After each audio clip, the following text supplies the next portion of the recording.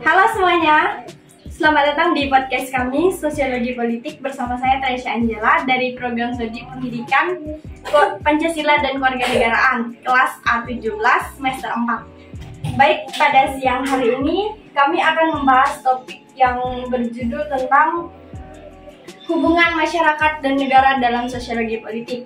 Nah, di sini kita sudah memiliki seorang narasumber yang sangat istimewa tentunya, dan pemahamannya sangat luar biasa tentang hubungan masyarakat dan negara dalam sosiologi politik.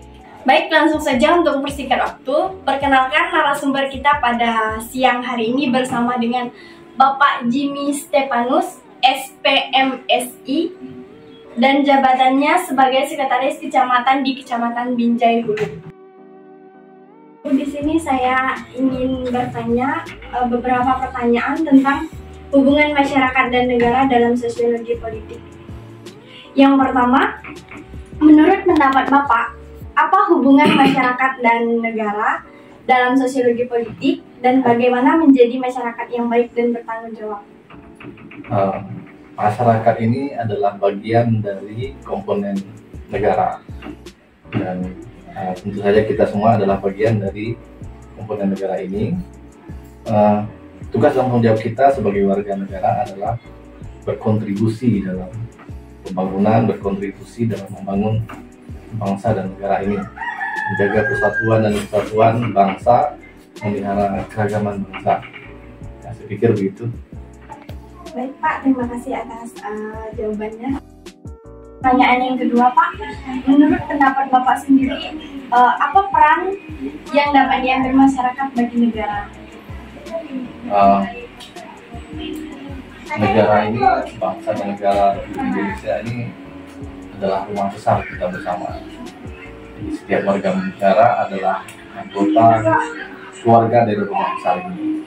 Jadi kita semua bertanggung jawab untuk membawa negara ini ke arah kemajuan, membawa negara ini ke dalam persatuan dan kesatuan, sehingga di tengah keberagaman suku, bangsa, dan agama, kita bisa membangun bangsa kita menjadi negara yang besar, negara yang maju dan kuat.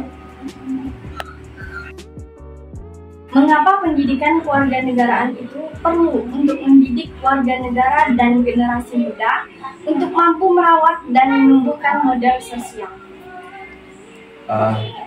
Sebagaimana disampaikan sebelumnya, kalau bahwa negara ini adalah rumah besar kita, berisi keberagaman, berisi pluralisme. Jadi sebagai anak bangsa, sebagai masyarakat,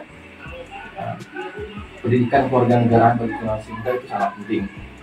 Di mana di dalam kewarganegaraan, pendidikan kewarganegaraan kita diajarkan tentang persatuan, tentang menghargai satu dengan yang lainnya, tenggang rasa.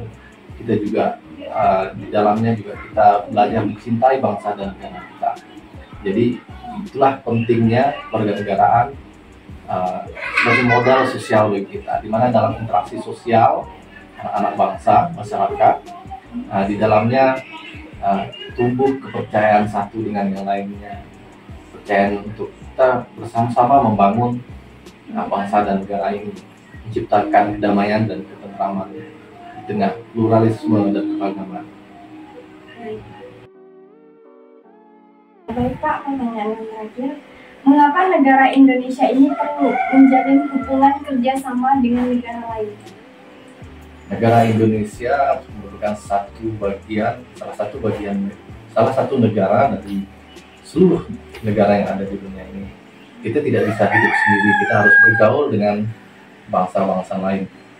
Kita juga terikat juga dengan ekspor impor dengan negara lain. Kita juga harus membangun komunikasi politik, sosial, ekonomi dengan negara lain. Sehingga dalam undang-undang sendiri, pembukaan undang-undang 1945 sendiri sudah mengamanatkan bahwa kita harus menjaga ketertiban dunia dengan membangun kerjasama dengan bangsa lain, dan berperan aktif juga membangun perdamaian dengan bangsa-bangsa lain. Kita juga menciptakan ketentraman di tengah situasi politik dunia yang tidak menentu. Disitulah Indonesia mengambil perannya sesuai dengan pembukaan Undang-Undang Dasar 1945.